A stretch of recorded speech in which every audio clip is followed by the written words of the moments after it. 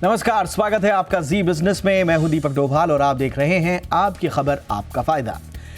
Christmas और नए साल का काउंटडाउन शुरू हो चुका है और इस दौरान कई लोगों की ये दुविधा होती है कि नया साल कहां और कैसे मनाया जाए। कई बार देर से की गई प्लानिंग से सैर सपाटे का मजा किरकिरा हो जाता है, यात्रा की टिकटें और होटल्स महंगे हो जाते हैं। ऐसे में अगर प्लानिंग में देर हो गई है तो चिंता की कोई बात नहीं है। अपने आसपास भी कई बहुत सारे मौके हैं जहां पर आप घूमने फिरने जा सकते हैं और पूरे फेस्टिव सीज़न को पूरे एंजॉय कर सकते हैं। जो सस्ती होने के साथ साथ बेहतर विकल्प हैं वो आपके बीच में हम लेकर आए हैं आज। और ऐसे में आज हम चर्चा करेंगे ख़ास मेहमानों से, जानेंगे कि क्रिसमस हो या न्यू ईयर हो उसमें आपके लिए अफोर्डेबल चॉइसेस क्या क्या हैं अपने आसपास घूमने के लिए, सैर सपाटे के लिए और पार्टी करने के लिए। बहुत खास मेहमान आज हमारे साथ जुड़ रहे हैं। पहले ये रिपोर्ट देखिए।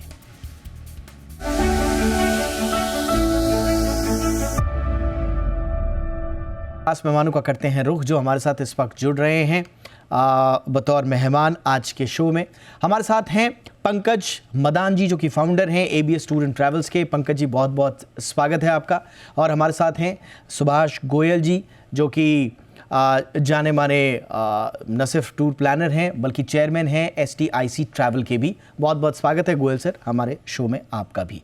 सबसे पहले चर्चा की शुरुआत पंकज जी आपसे करना चाहेंगे। क्या सलाह देंगे सर उन लोगों के लिए, जैसा कि हमने अपनी रिपोर्ट में भी कहा था कि प्लानिंग के लिए थोड़ा लेट हो गए कई लोग ये तय नहीं कर पाते कि छुट्टियां मिलेंगी नहीं मिलेंगी, फैमिली साथ में होगी नहीं होगी, तो थोड़ा लेट हो जाता है। लेकिन क्या आप सलाह देंगे, कहाँ बेस्ट ऑप्शन होने चाहिए और किस तरह का ध्यान रखना चाहिए while we are planning our travel? अभी हमारे पास बहुत सारे ऑप्शंस हैं। जैसे कि अगर आपने बोला दिल्ली से बाय रोड जाने के लिए, तो दिल्ली से सारे ऑप्शन ओपन है। न्यू ईयर पे पैकेज अभी अवेलेबल है, ऐसा नहीं है कि होटल अवेलेबिलिटी नहीं है। होटल अभी अवेलेबल आ रहे हैं और रेट्स भी ठीक मिल जाएंगे। अभी टाइम निकला नहीं है बट एक वीक और निकल गया तो 15 दिसंबर के आसपास टाइम आज से निकल जाएगा। तो अभी हम बात करें तो लैंसडाउन एक अच्छा ऑप्शन है। लैंसडाउन उत्तराखंड में पड़ता है और बहुत ही अच्छा प्लेस है। अभी बहुत अच्छे रेट्स पे वो अवेलेबल है। नैनीताल हो गया, जिम कॉर्बेट नेशनल पार्क हो गया, ये सब बाय रोड की डेस्टिनेशन है जो दिल्ली वाले कवर कर सकते हैं। और अगर आप जयपुर की साइड पे जाएं तो नीमराना है, जयपुर है, उससे आगे आप चाहेंगे तो फिर पुष्कर है। तो ये सब जगहें भी अवेलेबल है, ऐसा नहीं है कि अभी ऑप्शंस नहीं आ रहे। और आप हिमाचल में जाएंगे तो शिमला एंड मनाली दोनों ही बेस्ट ऑप्शन है जो कि अभी भी चीपेस्ट रेट में अवेलेबल है। तो ऐसी अवेलेबिलिटी अभी मिल रही है। अभी कोई टाइम हाथ से निकला नहीं है। कोई भी अगर चाहे तो हमें भी कांटेक्ट कर सकता है। तो हमारे पास सब अवेलेबिलिटी है अभी जो मिल जाएगी। लेकिन कुछ डेस्टिनेशन है पंकज जी जहां पर बहुत ज़्यादा रश हो जाता है और थोड़ा सा मुझे लगता है क्योंकि नॉर्थ में मौसम थोड़ा ठंडा होता है तो ठंडी जगह से ठंडी जाने में जो ऑप्शंस आपने दिए हैं वो सारे ठंड के ऑप्शन हैं, तो इसलिए वहाँ पर ज़्यादा इतना रश नहीं रहता। लेकिन अगर आप गोवा की साइड चले जाएं या कहीं और प्लान कर रहे हैं तो बड़ी ज़बरदस्त भीड़ भी होती है और रेट्स वगैरह भी होंगे। गोवा का कैसा चल रहा है इस वक्त पंकज जी? गोवा में अभी देखिए फेयर तो बढ़ चुके हैं काफ़ी और ऑनलाइन फेयर तो काफ़ी ज़्यादा तेज जा चुका है। बट फिर भी अगर गोवा किसी को चाहिए तो गोवा भी ऑप्शंस अवेलेबल है। कुछ सीट्स हमारे पास हैं अभी जो मिल जाएंगी। तो मार्केट में अभी भी गोवा का कुछ सीट्स अवेलेबल है जो रीज़नेबल प्राइस पे मिल रहा है। क्योंकि गोवा 25 से 30 हज़ार रुपये पर पर्सन का पैकेज जाता है, इससे कम तो अच्छा पैकेज बनता ही नहीं है। तो आज भी 30,000 के अराउंड हमने पैकेजेस बनाए। तो गोवा में भी कुछ सीट्स अवेलेबल आ रही हैं, वो भी गोवा भी अवेलेबल है अभी। थोड़ा सा ब्रेक डाउन करेंगे, अगर 30,000 रुपये का बजट है किसी के लिए, किसी के पास, ये पर हेड आप बता रहे हैं कैसे कैसे होगा इसमें? जी पर हेड मैं बता रहा हूँ। तो थोड़ा सा ब्रेक डाउन कर दीजिए इसमें क्या क्या इंक्लूडेड का पैकेज है। इसमें फ्लाइट इंक्लूडेड होगी और 3 नाइट्स का होटल विद एयरपोर्ट ट्रांसफर ये इंक्लूड रहेगा। पर पर्सन का ये कॉस्ट है 30 से 35,000 रुपये में। अच्छे ऑप्शंस अभी अवेलेबल आ रहे हैं। मैं ये नहीं बोलूँगा 5 स्टार आ रहे हैं बट 3 to 4 स्टार की ऑप्शंस अभी अवेलेबल है। अच्छा, और कितने दिन का होगा ये 3 नाइट्स का स्टे है सर। 3 नाइट्स का। तो ये देखिए जो लोग गोवा, काफ़ी अच्छे रेट्स हैं बिकॉज ऑनलाइन में फेयर बहुत तेज जा चुका है। हाँ जी, नहीं एब्सोल्युटली। देखिए ये अपनी दर्शकों की सहूलियत के लिए बता रहे हैं, आपको क्या फैसला लेना है ये तो हमारे दर्शक तय करेंगे। लेकिन बिल्कुल आपने एक अच्छा ऑप्शन उनको दिया कि अगर आप गोवा का प्लान कर रहे हैं, 3 नाइट्स का प्लान कर रहे हैं, 30-35 हज़ार रुपये पर हेड का आएगा, 3 to 4 स्टार का आपको स्टे मिल जाएगा, आना जाना जो फ़्लाइट का टिकट है वो मिल जाएगा, और फ्लाइट जो है वो दिनों दिन बढ़ती जा रही है, इसलिए थोड़ा सा लोगों को ही रहता है। तो एक अच्छा ऑप्शन पंकज जी ने आपको बताया, आप एक्सप्लोर कर सकते हैं। और बाकी जो नॉर्थ के ऑप्शन थे वो उन्होंने बताया, जयपुर के आसपास उत्तराखंड का आप लैंसडाउन ले लीजिए, नैनीताल ले लीजिए, मसूरी ले लीजिए, उधर आप हिमाचल जाना चाहते हैं तो शिमला मनाली का भी ऑप्शन है। तो बहुत सारे ऑप्शन आपको दे रहे हैं। गोयल साहब भी हमारे साथ जुड़ रहे हैं। गोयल साहब, आप क्या सलाह देंगे इस बार, अगर जिसने प्लानिंग ना किया हो, क्रिसमस से लेकर और न्यू ईयर तक का जो वीक है उसमें आपके लिए क्या सलाह देंगे सर? बेस्ट ऑप्शंस क्या रहेंगे? जिसने प्लानिंग नहीं करी उसके लिए इस टाइम बेस्ट ऑप्शन है श्रीलंका, जो साउथ में बीचेस पे जाना चाहे। लास्ट मिनट पे जैसे कि पंकज जी ने कहा कि 3 स्टार ऑप्शंस तो ठीक है, अवेलेबल हैं, बट अगर आपको 5 स्टार में जाना है, और एयर फेयर्स भी इस टाइम बहुत ज़्यादा बढ़ गए हैं और प्रोहिबिटिव हो गए हैं। श्रीलंका का जो पैकेज है वो बहुत रीजनेबल है, और वो आपको बड़े आराम से 40-50 हज़ार रुपए में आप कर सकते हैं। वीज़ा भी फ्री है श्रीलंका के लिए, और होटल्स 5 स्टार होटल आपको कोई $100 के अंदर अंदर मिल जाता है तो पर नाइट। तो इसलिए श्रीलंका का ऑप्शन अच्छा है। और अगर साउथ में ही जाना है तो केरला का ऑप्शन भी अच्छा है, मदुराई भी है, और भी साउथ में काफ़ी डेस्टिनेशंस हैं। और अगर आप में पहाड़ों पे जाना है तो इस टाइम स्नोफॉल जहाँ जहाँ हो रही है, जैसे श्रीनगर के बियॉन्ड या कुल्लू मनाली से आगे जो स्नोफॉल देखना चाह रहे हैं। अदरवाइज जैसे आपने कहा साउथ के डेस्टिनेशन बड़े अच्छे हैं, और जो इंटरनेशनल डेस्टिनेशन जैसे मॉरिशस है या दुबई है, अबू धाबी है, थाईलैंड, मलेशिया, सिंगापुर, ये ट्रेडिशनल डेस्टिनेशंस हैं। तो इन डेस्टिनेशंस की भी काफ़ी डिमांड है, और जैसे कि आपने भी कहा कि कम से कम 5-6 महीने पहले प्लानिंग हो तो आपको बहुत अच्छी वैल्यू फॉर मनी मिल सकती है। एब्सोल्युटली। नवीन कुंडू जी इस वक्त हमारे साथ जुड़ चुके हैं। हमारे साथ काफ़ी अरसे से अपनी बात रखते आए हैं, न सिर्फ पूरे टूरिज्म सेक्टर पर बल्कि पॉलिसी से रिलेटेड भी बहुत इंपॉर्टेंट इनसाइट्स दे चुके हैं। एमडी हैं फिलहाल एबिकस के। बहुत बहुत स्वागत है सर आपका हमारे शो पर। कुंडू जी, अब हमारे पास आए हैं 2 ऑप्शन। नंबर 1 ऑप्शन ये है कि साहब अगर प्लानिंग कर रहे हैं 25 to 1 तो ऑप्शन अपने नॉर्थ में भी हैं, जहाँ पर ठंड है वहाँ पर थोड़ा सा रीज़नेबल है इस वक्त, बहुत ज़्यादा रश भी नहीं है। और थोड़ा सा गोवा साइड अगर आप चले जाएंगे तो यहाँ पर काफ़ी, क्योंकि वो पूरा वीक जो है वहाँ पर काफ़ी बड़े स्तर पर सेलिब्रेट किया जाता है, बहुत सारे फेस्टिवल्स भी होते हैं, तो वहाँ पे थोड़ा सा महंगे ऑप्शन दिख रहे हैं। लेकिन फिर गोयल सर बता रहे हैं कि लगभग गोवा के ही पैकेज में आप विदेश भी जा सकते हैं। तो आप क्या सलाह देंगे सर हमारे दर्शकों को, जिन लोगों ने प्लानिंग ना की हो वो क्या प्लान करें? सबसे पहले तो मैं आपको और आपके दर्शकों को नमस्कार बोलूं कि मैं कश्मीर में बैठा हूं अभी। क्या बात है सर, क्या बात है। और मैं ये बोलूं आपको कि आज तो सबसे पहले तो दिन ऐसा है कि जहां सुप्रीम कोर्ट ने आर्टिकल 370 एब्रोगेट किया है, तो कश्मीर तो अब कंप्लीटली उसके ऊपर मोहर लग गई है। और मैं सबको ये कहूंगा कि कश्मीर सिर्फ श्रीनगर, गुलमर्ग, पहलगाम नहीं है। कश्मीर बहुत बड़ी टेरिटरी है और बहुत कुछ किया जा सकता है यहाँ पे। और देश का पैसा देश में रहे, तो मैं हमेशा इसकी एक वकालत करता हूँ कि हमेशा इंसान, हमारे हिंदुस्तानियों को सबसे पहले अपना पूरा देश देखना चाहिए। विदेश की ऑप्शन हमेशा रहेगी, कभी कम नहीं होगी और आती रहेंगी। लेकिन कश्मीर विंटर्स में कश्मीर में जो कलिनरी है, जो क्राफ्ट है, कश्मीर में जो हेरिटेज है, कश्मीर में जो आपका सिर्फ बर्फ और ठंड देखने के लिए, सिर्फ साइट सीइंग के लिए नहीं है। कश्मीर एक इमोशन है और लोगों को यहाँ आना चाहिए और क्रिसमस और न्यू ईयर पे आना चाहिए और देखना चाहिए कि कश्मीर हर सीजन में, हर वेदर में कितना खूबसूरत है।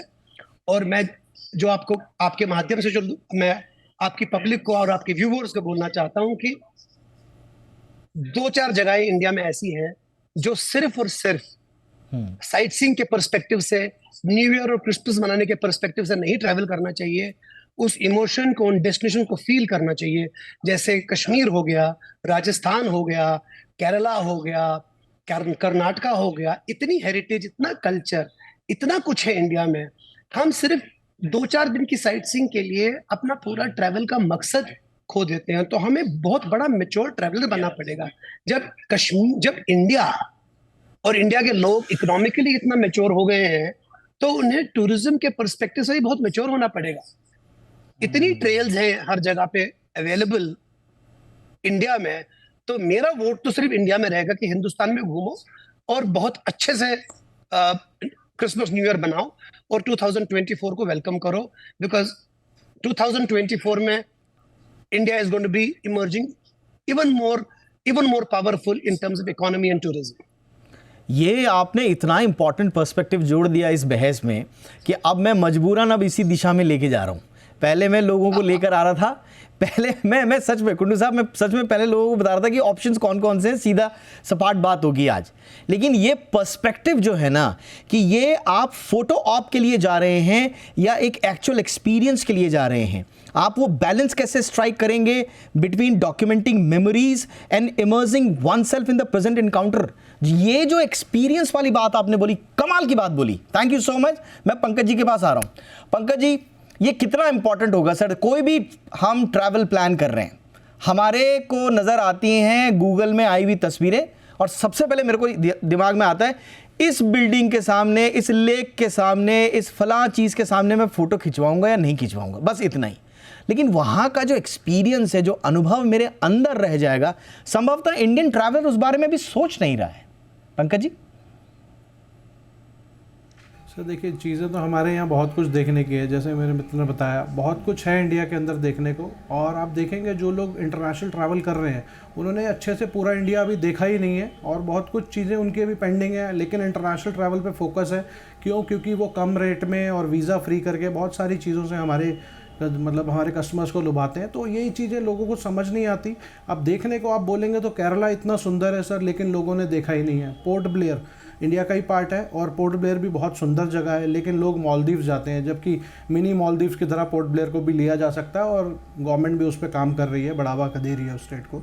तो बहुत सारी जगहें हैं यहाँ पर देखने के लिए। नेशनल पार्क्स भी हमारे पास हैं, लेकिन लोग साउथ अफ्रीका जाते हैं देखने के लिए, जबकि बहुत अच्छे अच्छे नेशनल पार्क्स हैं हमारे पास। अभी कॉर्बेट में भी बहुत अच्छे पैकेजेस आ रहे हैं इस समय सर। तो मुझे लगता है कि इंडिया ही पहला प्रेफरेंस होना चाहिए हर इंडियन के लिए, क्योंकि हमारा पैसा हमारे ही देश में लगे, इससे अच्छी कोई बात ही नहीं है। नहीं, बिल्कुल। देखिए, कैप्चरिंग पिक्चरिस्टिक मोमेंट्स जो कहा जाता है ना, तो वो ये सोशल मीडिया का उभार ऐसा है, ये हर किसी को एक वैलिडेशन चाहिए साहब कि मैं यहाँ गया था और मैं यहाँ गया था, मेरे पास 4 पिक्चर है इंस्टाग्राम पे, तो मैं बड़ा ट्रैवलर हो गया और मैं मेरा एक रुतबा है साहब। ये वो जो, लेकिन जो कुंडू साहब ने कहा ना कि जो वहाँ रहकर जो कश्मीर में बैठे हुए हैं और कश्मीर से ही मुझे लगता है कि ऐसे अनुभव आ सकते हैं कि जो बैठा हुआ कश्मीर में उसके अंदर क्या घुमड़ रहा है बतौर एक ट्रैवलर, ये हमें जीता जागता उदाहरण मिला। एक छोटे से ब्रेक के लिए मैं रुक रहा हूँ।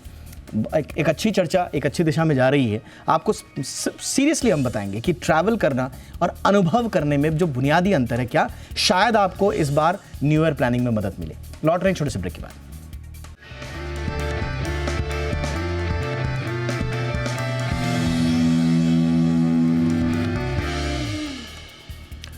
तो देखिए, कम दाम में न्यू ईयर प्लान का हमने वादा किया था आपको और इस शो के फर्स्ट राउंड में हमने ये करके दे भी दिया आपको। हमारे साथ गोयल साहब, पंकज जी, नवीन कुंडू जी, तीनों ने आपको बताया कि कहाँ कहाँ आप जा सकते हैं, बेस्ट ऑप्शंस क्या हैं आपके लिए।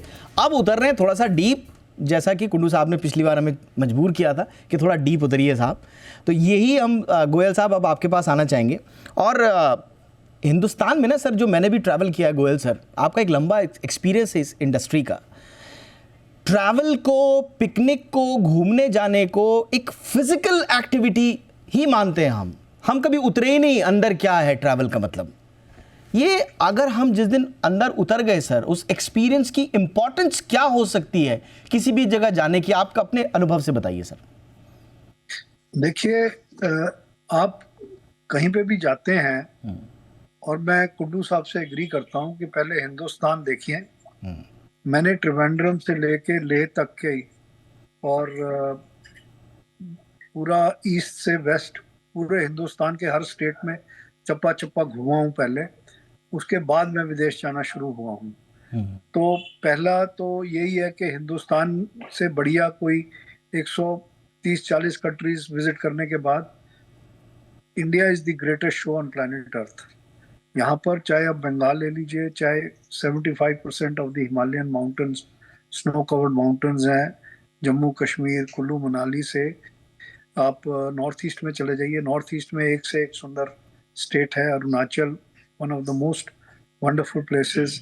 अंडमान निकोबार आइलैंड है, और इसके साथ हमारे आसपास बहुत सारे, उड़ीसा बहुत अच्छी जगह है, चिल्का लेक बहुत बढ़िया जगह है। सही बात। तो यहाँ पर आपको वैल्यू फॉर मनी, हर आदमी अगर गोवा और केरला भागता रहेगा तो वहाँ पर बहुत ज़्यादा इस टाइम मैं समझता हूँ कि क्रिसमस न्यू ईयर में आपको इन डेस्टिनेशंस को अवॉइड करके ऑफ द बीटन ट्रैक के डेस्टिनेशंस पे जाना चाहिए, और बड़ी कॉस्ट इफेक्टिव तरीके से आप उनको विजिट कर सकते हैं। एब्सोल्युटली। देखिए, देखा देखी ये शब्द जो है ना, ये है फलसफा हमारे इंडियन टूरिज्म का, कि देखा देखी हम चले गए। इसमें कोई बुराई नहीं है। देखिए, आप फैमिली के साथ जा रहे हैं, खुद जा रहे हैं, आप देखा देखी जा रहे हैं, चाहे अपने आपने एक्सप्लोर किया, उसमें बुराई नहीं है। लेकिन कुंडू साहब, एक छोटा सा एग्जाम्पल आपको दे रहा हूँ। गोवा में जाइए या किसी भी डेस्टिनेशन में आप जाइए, वहाँ पर हम देखते हैं विदेशी लोग आते हैं, एक जगह पे रहेंगे, हफ्ते भर रहेंगे, 15 दिन रहेंगे, महीने भर रहेंगे, एक बीच पर रहेंगे, दिन भर रहेंगे, फिर शाम को चले जाएंगे,